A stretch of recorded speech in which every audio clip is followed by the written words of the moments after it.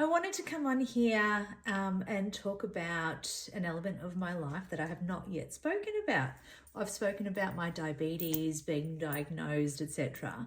But I haven't shared the story with you guys around my pregnancy.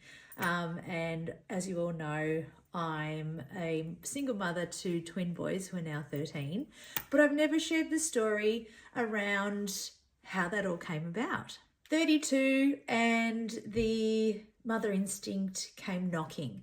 I was desperate to have children with my then husband and was ready to just about do anything to grow a baby, have a baby, etc. So at 32, we started trying and we were successful in falling pregnant on a number of occasions, but sadly lost them to miscarriage. So I think I had about 3 miscarriages. And I said to my then husband, look, there's something wrong. We need to go get tested. We should go and do or get a consult about IVF.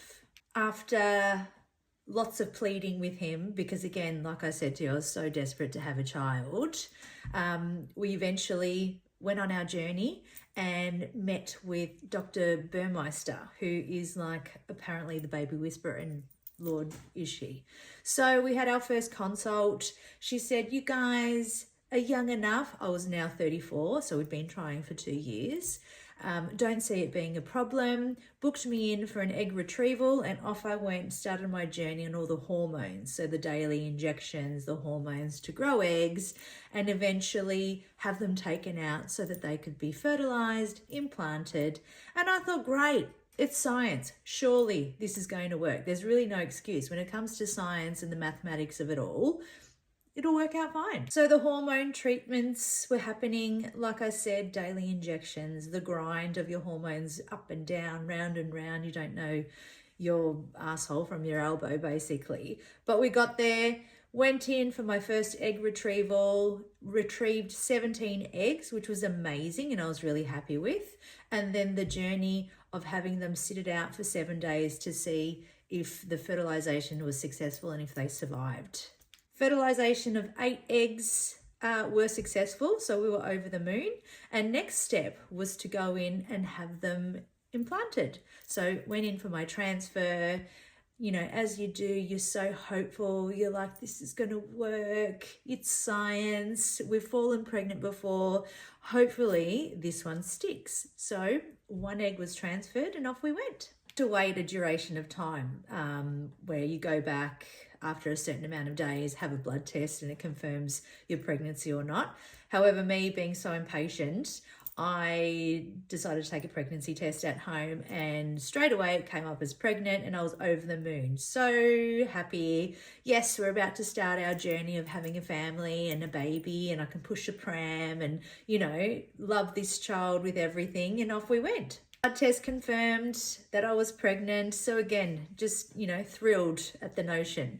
And then at that 6-week mark through the IVF journey, you go for a scan. So it's an internal scan because it's a very young pregnancy. So we booked that in and ready to go in and hear the heartbeat and see this little baby developing, this little human. Went in to meet our baby for the first time via scan and waiting there with anticipation, and in it goes for, you know, full review. And we were told there and then that there was no heartbeat. So you can imagine my world just simply fell apart. She advised that she will wait for me to have a natural miscarriage. So eventually I would miscarry and get my period and we'd start the process again and retrieve or grab another egg and do a transfer there. So we were absolutely devastated. I was beyond miserable and all my hopes and dreams felt like it just disappeared, you know.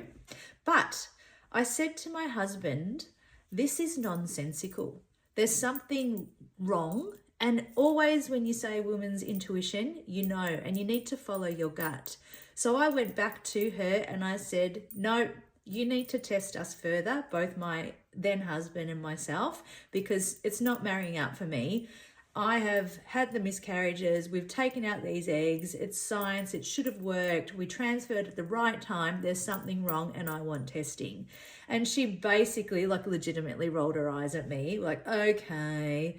So we stopped the process with those eggs for the time being, and my husband and I went to get tested. So went for a blood test, which was testing certain elements of our makeup, etc. Listen to part 2 to find out how that all went.